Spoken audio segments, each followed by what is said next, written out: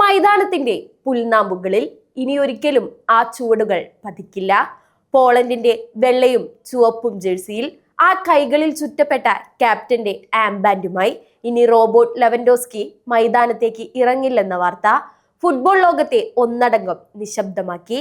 സ്വീഡനെതിരായ ആവേശകരമായ പോരാട്ടത്തിനൊടുവിൽ ലോകകപ്പ് സ്വപ്നങ്ങൾ അവസാനിച്ച നിമിഷം ആ കണ്ണുകളിൽ കണ്ടത് വെറുമൊരു തോൽവിയായിരുന്നില്ല, നീണ്ട 18 വർഷത്തെ ഒരു മഹത്തായ യാത്രയുടെ അവസാനമായിരുന്നു. പോളണ്ടിന്റെ ആകാശം നോക്കി അദ്ദേഹം നിൽക്കുമ്പോൾ ആ മനസ്സിൽ പഴയൊരു ഓർമ്മയുണ്ടാകാം. 2008 സാൻ മാരിനോയ്ക്കെതിരായി ഒരു കൗമാരക്കാരനായി പകരക്കാരനായി ഇറങ്ങി ഗോളടിച്ചു തുടങ്ങിയ ആ തുടക്കം. അന്നു തൊട്ടാണ് ആ രാജ്യത്തിന്റെ ശ്വാസം ആ കാലുകളിൽ അഭയം പ്രാപിച്ചു തുടങ്ങിയത്. 165 മത്സരങ്ങൾ, 89 ഗോളുകൾ. ഈ കണക്കുകൾക്ക് ലെവൻഡോസ്കി എന്ന വികാരത്തെ പൂർണ്ണമായി വിവരിക്കാൻ കഴിയില്ല.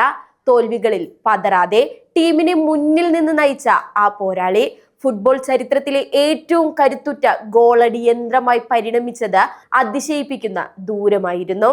Time to say goodbye എന്ന ഗാനത്തിനൊപ്പം ക്യാപ്റ്റന്റെ ആംബാൻഡ് കയ്യിലേന്തി നിൽക്കുന്ന ചിത്രം പങ്കുവച്ചപ്പോൾ ലോകം മുഴുവനുള്ള ഫുട്ബോൾ പ്രേമികൾ ആ വേദന അറിഞ്ഞു. 37-ാം വയസ്സിൽ പ്രായത്തോട് പൊരുതി നിന്ന ആ വീര്യത്തിന് വിട നൽകേണ്ടി വരുമ്പോൾ ആരാധകർക്ക് അതൊരു വ്യക്തിയുടെ വിരമിക്കലല്ല, ഒരു രാജ്യത്തിന്റെ തന്നെ അടയാളം മാഞ്ഞു പോകുന്നത് പോലെയാണ്. സെപ്റ്റംബറിൽ നടക്കുന്ന നാഷണൽ ലീഗ് മത്സരങ്ങളാണ് പോളണ്ടിന് അടുത്തതായുള്ളത്. ലെവൻഡോസ്കി ഇല്ലാതെയാകുമോ പോളണ്ട് എന്ന് കളത്തിലിറങ്ങുക? കായിക ലോകം മുഴുവൻ ഇന്ന് ശ്വാസം അടക്കി പിടിച്ച് ഉറ്റുനോക്കുന്നത് ഈ ഒരു ചോദ്യത്തിലേക്കാണ്. ആ നായകന്റെ സാന്നിധ്യമില്ലാതെ ഒരു പോളിഷ് നിരയെ സങ്കല്പിക്കാൻ പോലും ആരാധകർക്ക് പ്രയാസമാണ്.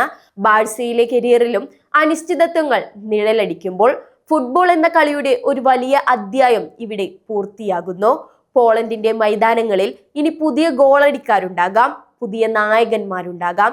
പക്ഷെ കളി നിർത്തി മടങ്ങുന്ന ആ 9-ാം നമ്പർക്കാരൻ അവശേഷിപ്പിച്ച ശൂന്യത അത്ര പെട്ടെന്നൊന്നും നികത്താനാവില്ല.